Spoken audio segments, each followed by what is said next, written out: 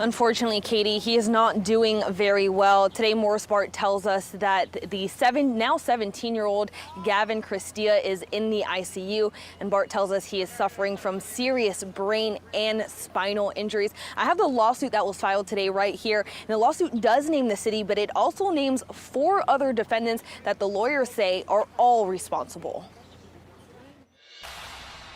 The family says it was preventable. It should not have happened. 17-year-old Gavin Cristia was enjoying Jackson Square during a trip here from Texas when a large tree limb fell and crushed him. Cristia is now in the ICU with serious brain and spine injuries. They decided to sit down for just a brief moment at a bench in Jackson Square under the shade of a big oak tree. As soon as they sat down, in that instant, a large branch broke off and fell on top of Gavin. With the help of Morris Bart, the family is now suing the city and 4 other defendants in hopes to not only get justice, but also to make the city safer.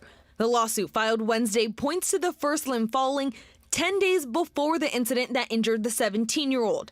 They question why the tree was never roped off. You can clearly see the big hole left in the tree by that first limb falling off. All the dark area in here, that's all decay and rot.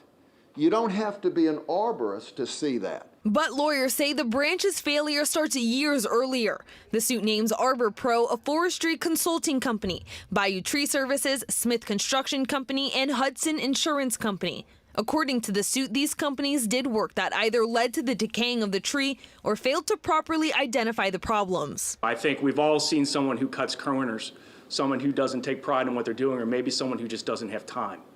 Sometimes in a case like this, though, cutting a little corner can cause very, very big problems. The exact damages they are seeking will eventually depend on Cristia's medical condition, which Bart says is touch and go right now.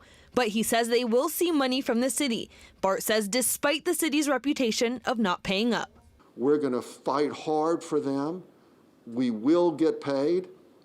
If it takes a long time, it takes a long time, but we're not going to back down.